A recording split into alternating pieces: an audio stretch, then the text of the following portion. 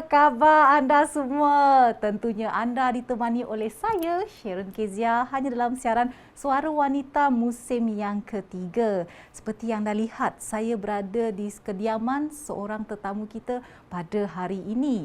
Saya dijemput oleh beliau untuk datang ke rumahnya kerana dia ingin menunjukkan sesuatu kepada saya dan tentunya untuk anda semua juga. Jika anda lihat di depan saya, ada sebuah meja yang dicipta daripada sebuah kayu dan saya pasti ramai dalam kalangan anda dapat mengagak apakah topik yang akan kita kupaskan dan dikongsikan kepada anda bersama dengan tetamu kita hari ini. Saya dah dengar dah dia macam ada buat sesuatu di belakang rumah beliau. Jom kita cari beliau.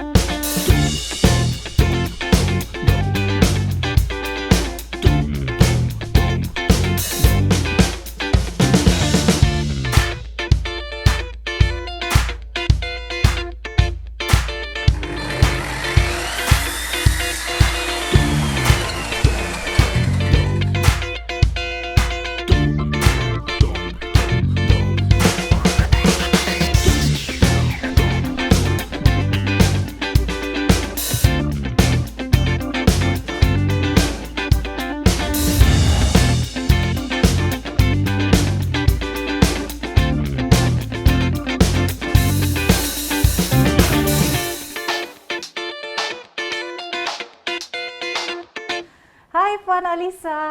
Hai. Jadi inilah dia tetamu istimewa kita, Puan Alisa Farima, yang merupakan ibu kepada 3 orang cahaya mata. Dan istimewa seperti yang saya kongsikan awal tadi adalah seorang tukang kayu. Jadi tadi masa saya dah tiba tu Puan Alisa, saya dengar ada bunyilah kat bengkel ni. Seolah-olah Puan Alisa tengah sibuk di bengkel ya, tengah menyediakan apa Puan Alisa? Tengah sediakan rak swing ni. Nampak menarik lah. Diffuser untuk apa ni Puan Alisa? Diffuser yang living itu. Jadi boleh letak comel lah tempahan letak ni. oil sini, letak diffuser.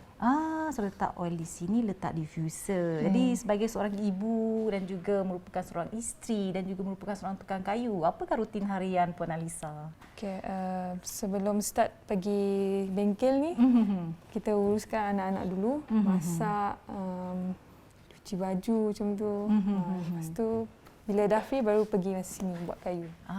Jadi memang rutin harian Puan uruskan keluarga dahulu, selepas selesai baru Puan Alisa akan menguruskan tempahan daripada pelanggan-pelanggan. Jadi setakat ini tempahan adalah mendapat sambutan. Ya, agak memuaskan agak menggalakkan lah. Dia agak menggalakkan. Adakah sukar untuk menyiapkan sebuah tempahan seperti ini Puan Alisa? Bagi saya macam susah lah, sebab untuk mata saya, orang yang ada apa-apa kemahiran dan ilmu dalam bidang pertukangan ini, nak buat lubang ni pun bagi saya susah Puan Alisa. Tak ada susah sangat lah. Kena tahu mengendalikan mesin tersebut. Jadi boleh sebut pasal mesin tu, saya lihat mesin pemotong kayu ini pun memang agak bahaya ya.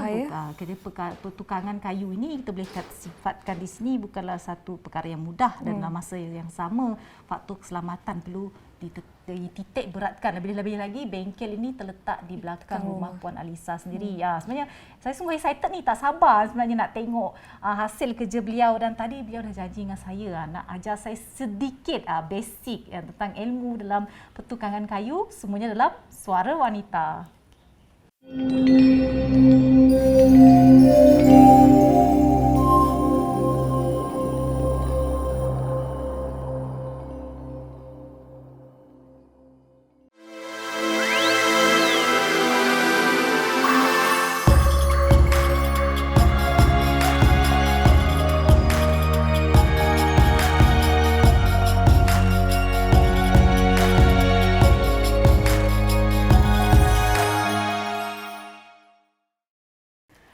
Kembali lagi bersama saya Sharon Kezia dan juga Puan Alisa. Tadi kita dah tahu dah apakah rutin harian Puan Alisa yang merupakan ibu kepada 3 orang cahaya mata dan dalam masa yang sama juga merupakan seorang tukang kayu. Sungguh luar biasa ya, wanita sebagai tukang kayu. Bukan senang kita dengar wanita sebagai tukang kayu ni. Jadi inilah Puan Alisa. Saya memang excited ni sebab saya berada di bengkel Puan Alisa. Seperti yang anda dapat lihat, ini beberapa rekaan Puan Alisa sendiri bersama dengan suaminya. Selepas ni kita akan lihat lagi banyak rekaan beliau. Jadi anda perlu kekal setia bersama saya sehingga ke penghujung rancangan. Adik Puan Alisa, saya dimaklumkan Puan Alisa ni memang seorang suri rumah. Tu yang buat saya tertanya-tanya ni. Sebab kebanyakan suri rumah apabila mereka bekerja dari rumah, mereka cenderung untuk memilih bidang seperti catering, seperti baking, berkebun ataupun mereka membuat buket bunga ataupun buket hadiah untuk surprise delivery. Tapi Puan Alisa pilih bidang pertukangan kayu. Ni yang buat saya tertanya-tanya ni. Apakah yang mendorong Puan Alisa terlibat dalam bidang pertukangan kayu? Okey, memang saya minat dalam bidang ni, and then bila start memiliki rumah lah, and then mau buat desain sendiri, buat almari, buat meja. Jadi bila memiliki rumah tu baru macam tercetus idea, saya nak bina perabot sendiri, saya nak desain rumah sendiri. Tapi apa yang menarik dekat sini ya, penonton, Puan Alisa tidak mempunyai sebarang kemahiran ataupun ilmu dalam bidang pertukangan.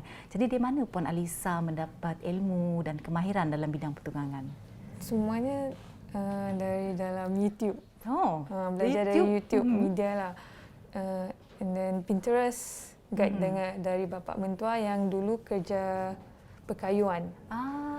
Jadi daripada boleh dikatakan di sini minat tu Puan Alisa kembangkan dengan menonton YouTube, Pinterest dan juga sedikit galakan dan juga sedikit tunjuk ajar daripada bapa mertua ya.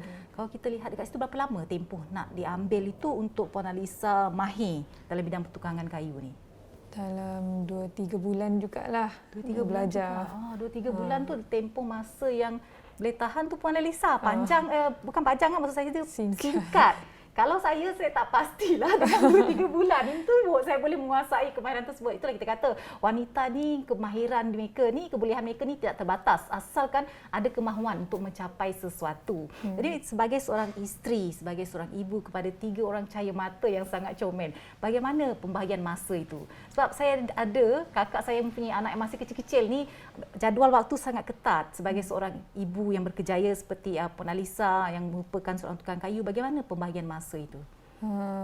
Bagi masa before start buat kayu, uruskan anak dulu, masak, cuci baju semua, baru buat kayu. Jadi boleh dikatakan uruskan rumah tangga dahululah, menyiapkan dulu anak-anak, menyediakan keperluan anak dan suami, baru Puan Alisa menguruskan bahagian kayu ya. Kalau kita lihatkan Puan Alisa, pandemik yang melanda negara kita ni memang menjejaskan pelbagai sektor. Semua sektor terjejas. Bagaimana pula dengan bidang pertukangan kayu Puan Alisa? Adakah masih mendapat sambutan ataupun turut terjejas? Masih. Permintaan masih menggalakkan lah. Sebab sekarang ni trending untuk letak oil. So agak menggalakkan lah. Jadi antara kita boleh katakan di sini hot seller lah ya, rak untuk meletak oil. Oil apa yang diletakkan itu? Oil yang living, untuk letak diffuser juga. Jadi setakat ini merupakan antara produk kita boleh katakan di sini sebagai hot seller lah. Bagaimana pula dengan hasil pertukangan yang lain? Mungkin ada penonton kita yang berminat nak tahu apakah lagi pertukangan yang Puan Alisa dan juga suami sediakan. Kita orang ada juga buat meja, kerusi, bar table, perabot juga lah. Macam tu. Jadi boleh dikatakan semualah, apa sahaja design boleh? Apa sahaja design boleh. Kalau ada customer yang mungkin ada design sendiri, dia bawa gambar. Boleh? Boleh jugalah. Boleh. Tapi jadi saya boleh katakan di sini kalau kita cakap pertukangan kayu, jadi semuanya memang berasaskan kayu kan? Kayu dengan besi. Jadi apa yang membezakan harga perabot tersebut Puan Alisa? Sebab permintaan customer macam custom made kan. So harga dia agak berbeza. Dan penggunaan kayu, jenis kayu juga menyebabkan harga tersebut berbeza kan. Jadi bagaimana pelanggan ingin mendapatkan tawaran ataupun perkhidmatan yang ditawarkan oleh Puan Alisa? Dari mana mendapat pelanggan ini, Puan Alisa? Boleh kontak melalui Instagram. Buat masa sekarang kita orang ada Instagram ya. Ada Instagram saja dah. Jadi semua sebarang pertanyaan apa-apa boleh dikomentarkan dekat Instagram Liz Wood Steel. Liz Wood Steel. Jadi sekiranya ada pelanggan yang ingin membuat tempahan, berapakah tempoh masa yang biasanya Puan Alisa ambil untuk menyiapkan tempahan tersebut? Misalnya kalau yang kecil ni tak sampai seminggu lah. Tak sampai seminggu lah. Dalam 2-3 hari macam tu boleh siap. Boleh tahan. Jadi kebiasaannya seperti masa pandemik ini dalam sehari berapakah tempahan yang perlu disiapkan? Dalam 4 atau 5 rak. 4 atau 5 rak. Rak buku ke rak? Rak essential oil. Essential oil seperti yang anda lihat di belakang saya ini. Ini merupakan rekaan atau produk yang dihasilkan oleh Puan Alisa untuk meletakkan essential oil yang living tu. Nampak cute lah, comel. Mungkin lepas ni saya akan melihat dengan lebih teliti lagi. Jadi kita tahu bahawa bidang pertukangan kayu ini memerlukan kemahiran yang sangat tinggi. Apakah kemahiran yang Puan Alisa sangat mahir dalam pertukangan kayu ini? Kami boleh kata suka desain yang corak macam segi 4 ke atas lah. Senang pula. Kira simetri lah. Jadi setiap desain itu memang memerlukan skill kan, Puan Alisa. Adakah jika bentuknya macam luar biasa sikit, bentuk heksagon ke bentuk bulat, dia lebih sukar untuk diolah berbanding dengan bentuk segi 4 seperti ini? Hexagon tak berapa susah. Yang paling susah shape star. Shape star. Bintang tu. Susah. Jadi dalam banyak-banyak rekaan yang Puan Alisa pernah cipta, manakah yang pengalaman yang paling sukar? Desain yang paling sukar yang pernah mendapat permintaan dari pelanggan ni bawa gambar, Puan Alisa, saya nak desain macam ni. Shape star. Shape star lah. Jadi dia minta dari bentuk ukurannya yang sangat susah jugalah nak buat. Tu desain untuk apa tu, Puan Alisa? Untuk rak juga. Untuk rak lah. Untuk essential oil juga. Cuma dia dalam bentuk star. Dalam bentuk star. Jadi setakat ini hasil rekaan Puan Alisa pernah tak mendapat mungkin komplain ataupun aduan daripada pelanggan yang tak puas hati? Dah Puan Alisa susah buat, tiba-tiba mereka datang, Puan Alisa tak sesuai lah, saya suruh buat lain pula jadi dia. Pernah tak melanggar? So far tak ada lah. Setakat ni memang. Setakat ni tak ada. Jadi apakah yang membuatkan perkhidmatan Puan Alisa ni mendapat sambutan? Saya memang jaga kualiti lah. Kayu bukan kayu pine biasa. Ini kayu yang tahan air.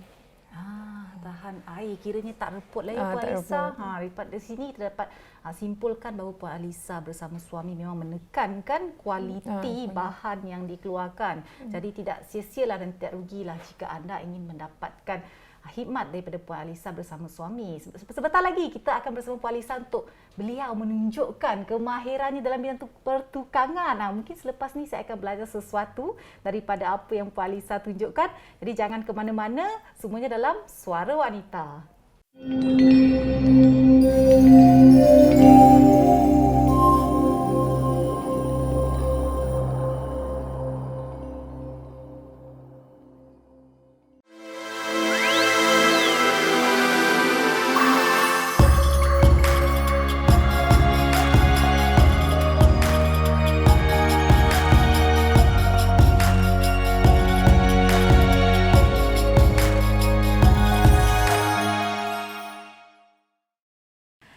Terima kasih kerana terus kekal setia bersama saya dan Puan Alisa.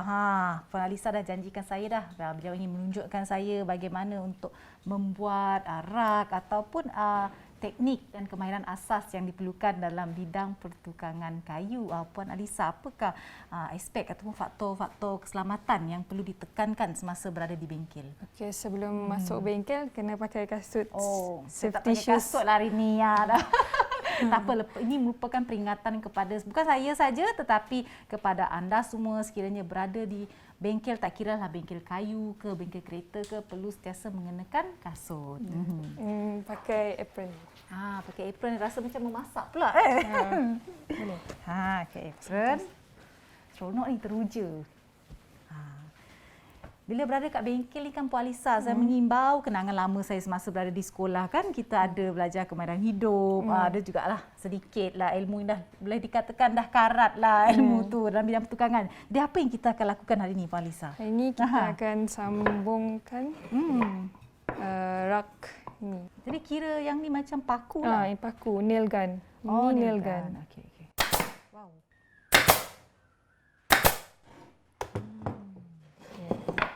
Terusnya sambung tu semua. Jadi kita hanya Dia sensitif sikit. kita akan tekan di sini sajalah. Okey. Di sini berat juga Puan Oh, Alisa benda. Saya berat juga benda ni. Okey. Okey, dan saya tekan saja ya. Tekan. Okey, 1 2 3. Okey. Oh, dah masuk ya? Dah. Oh. Satu lagi. Okey, 1 2 3. Okey. Nervous. First time ni saya buat. Okey. Okey, 1 2. Okey. Oh, begitu keadaannya. Dia boleh lihat di sini, tunjukkan kepada penonton. Nampak sambung. kecil saja dah tersambung dah. Ni adalah hasil saya lah. Saya yang buat tadi. Ni dah Puan Alisa. Dah boleh kerja dengan saya dah. Okey, silakan Puan Alisa. Okey. Jadi kira ini merupakan kemahiran asas lah yang perlu dikuasai oleh seseorang dalam bidang pertukangan kayu ya.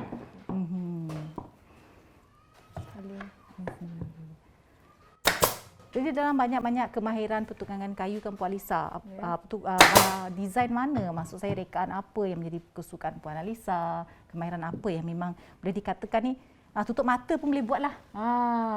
Yang paling senang yang segi 4 ni. Memang tutup mata boleh buat lah orang cakap. Boleh Senang buat tu. banyak. Jadi kita sekarang ni membina rak untuk kita meletakkan essential oil lah, essential oil yang living yang seperti yang dikongsikan awal tadi merupakan hot seller dan mendapat sambutan yang cukup menggalakkan daripada pelanggan-pelanggan Puan Alisa. Jadi saya kira Puan Alisa untuk rak sekecil ini taklah kecil sangat. Nak kata besar pun taklah besar sangat. Tak sampai sejam lah ya untuk menghasilkan rak seperti ini. Sekejap je dah boleh siap. Jadi kalau lihat dekat sini tertarik saya. Awak wanita memang tertarik dengan bentuk love ni. Bila tengok macam bentuk love, macam bentuk cookies pun ada. Puan Alisa, kalau terlihat kan bentuk love ni dia tak simetri kan. Adakah sukar untuk ni membentuk bentuk love ni? Ya, sangat sukar. Kena Kita boleh lihat dekat sini antaranya. Berapa lama masa nak ambil untuk membentuk sahaja kepingan bentuk love seperti ini? tak lama. Sebab menggunakan mesin tu, pensel. Oh, jadi menggunakan mesin untuk buat. Jadi kita perlu lakar dahulu kan Puan perlu Alisa. lukis dulu. Perlu lukis dahulu. Kalau yang bentuk macam ni desain apa yang direka Puan Alisa? Ini untuk letak essential oil juga. Essential juga tapi dalam bentuk love. Dalam bentuk love. Menarik. Tapi saya tengok dekat ni ada mesin ni Puan Alisa. Apa? Mesin ni digunakan untuk apa? Ini mesin miter saw untuk potong kayu. Jadi mungkin boleh tunjukkan kepada penonton skill memotong kayu tersebut. Boleh. Jadi sekarang mudah ya Puan Alisa, kita ada teknologi yang memudahkan kita dalam bidang pertukangan. Kalau kita lihat suatu ketika dahulu kita menggunakan tenaga manual untuk memotong kayu. Tapi kini kita terima kasih kepada teknologi yang ada untuk memotong kayu pun ada. Memudahkan urusan pekerjaan kita. Ini salah satu ya langkah keselamatan. Perlu menggunakan penutup telinga. Sebab bising. Dah tak dengar apa-apa sangat dah ni. Okey.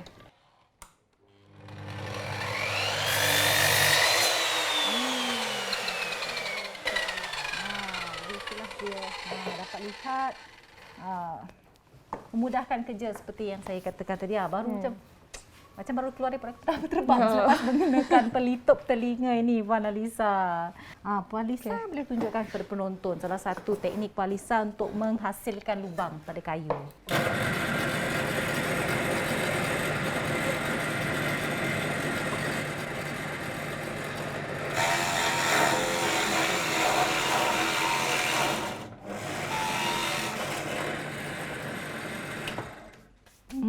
Cara buat lubang. Jadi ini inilah dia dapat lihat contoh ya dihasilkan bentuk bulatan. Adakah alatan ini boleh digunakan untuk menghasilkan bulatan pada kayu yang berbeza ataupun dia mempunyai spesifik kayu yang tertentu saja? Semua kayu boleh buat. Semua kayu boleh buatlah. Jadi bagaimana Puan Alisa dapat ni juga perlukan ketepatan dan kemahiran. Bagaimana Puan Alisa dapat menghasilkan lubang macam Puan Alisa tahu kedalamannya? Sebab sini ada sukatan dia. Kedalaman. Jadi boleh zoom kat sini, sebenarnya alatan ini telah mempunyai sukatan. Maksudnya kedalaman berapa dalam yang ingin anda hasilkan pada kayu tersebut. Memang menarik Puan Alisa.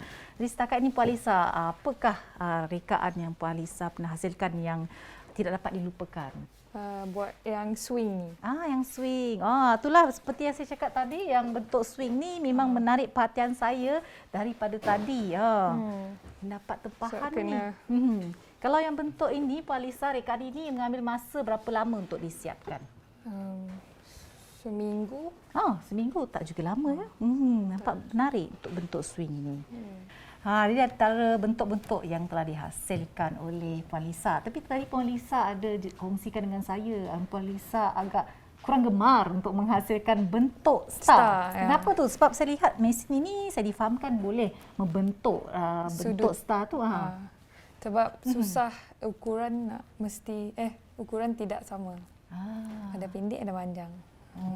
Tapi mesin ini memang boleh menghasilkan sudutlah, dia boleh menghasilkan segala bentuk ya berdasarkan cara kita mengenalikan alatan tersebut.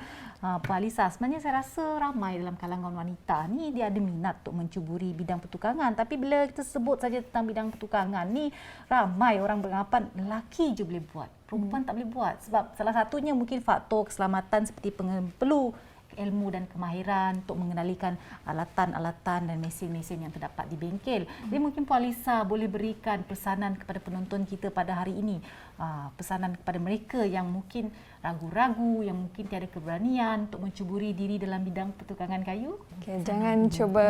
Jangan takut cuba benda baru untuk buat benda ni. Mesti berani buatlah. Cuba. Yalah, seperti dikongsikan Puan Alisa, jangan takut untuk mencuba sesuatu yang baru. Bak kata pepatah, di mana ada kemahuan, di situ ada jalan. Seperti Puan Alisa yang merupakan ibu kepada 3 orang cahaya mata, zero knowledge, zero kemahiran dalam bidang pertukangan, tapi lihatlah hari ini beliau giat aktif dalam menghasilkan rekaan-rekaan daripada kayu dan sekaligus menjadi tukang kayu wanita. Dan apa yang menarik di sini, boleh menjana pendapatan hanya dari rumah, tetapi dalam masa yang sama tetap dapat menguruskan rumah tangga. Jadi saya harapkan paparan kami pada hari ini dapat memberi inspirasi kepada anda, dapat memberi motivasi kepada anda dan rujukan kepada anda suatu hari kelak. Sehingga kita bertemu lagi dalam episod yang akan datang.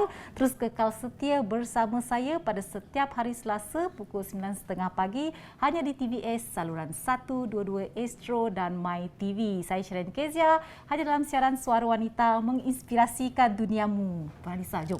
Bye-bye.